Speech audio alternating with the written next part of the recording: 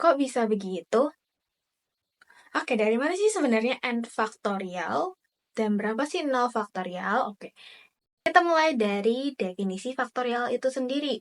Kan definisi dari faktorial adalah perkalian bilangan berurut dari bilangan sebelumnya.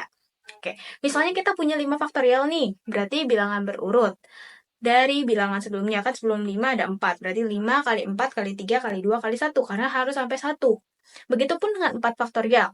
4 kali 3 kali 2 kali 1. 3 faktorial, 3 kali 2 kali 1.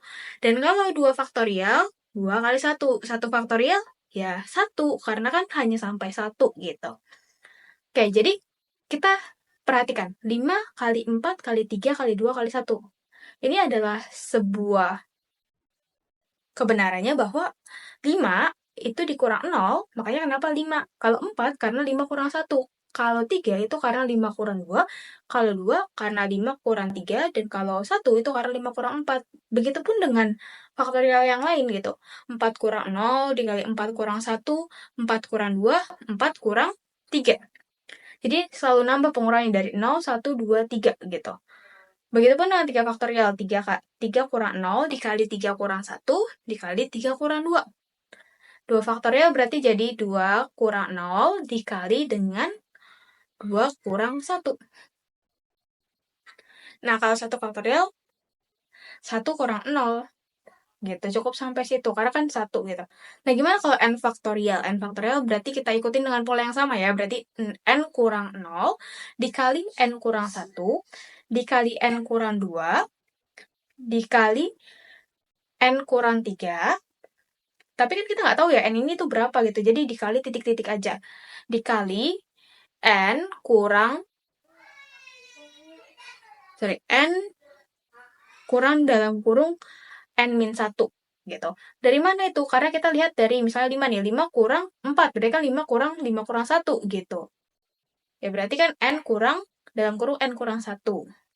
Nah, kalau kita selesaikan nih si n-nya, berarti kan n kurang 0, bilangan berapapun dikurangkan 0, hasilnya tetap bilangan itu kan. Berarti n dikali lainnya tetap dijabarin n kurang 1, n kurang 2, n kurang 3, sampai seterusnya. Dikali dengan, kita kalikan minus kali n kan berarti minus n. Minus kali minus 1 berarti kan plus 1. Berarti n kurang n, hasilnya adalah plus 1. Dikali 1. Nah, kita punya rumus atau bisa menyimpulkan bahwa n faktorial sama dengan n kali n kurang 1 kali n kurang 2 kali n kurang 3 kali seterusnya kali 1. Karena yang terakhir 1 gitu. Oke, dari sini kita bisa mencari 0 faktorial itu berapa sih? 0 faktorial bisa kita cari dari 1 faktorial. Kenapa gitu? Oke, perhatikan baik-baik. Kalau kita punya 1 faktorial, kita punya 1 kali 1 kurang 1, 1 kurang 2, 1 kurang seterusnya kan. Nah, istilahnya seperti ini, 1 kurang 1 itu kan 0. Nah, jadi semua yang kita mau sederhanakan ini adalah 0 faktorial. Kenapa? Karena gini, kalau misalnya kita punya 5, berarti kan 5 faktorial sama dengan 5 kali 4 kali 3 kali 2 kali 1. Nah, 4, 3, 2, 1 kan bisa kita umpamakan sebagai 4 faktorial. Nah, begitupun dengan si 0 faktorial ini.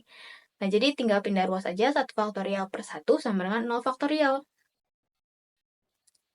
Jadi kan kita punya nih, 1 faktorial sama dengan 1, kita tahu. Jadi 1 per 1 sama dengan 0 faktorial. 1 per 1 sama dengan 1. Jadi 1 sama dengan 0 faktorial, atau 0 faktorial sama dengan 1. Itulah asal muasal kenapa 0 faktorial sama dengan 1.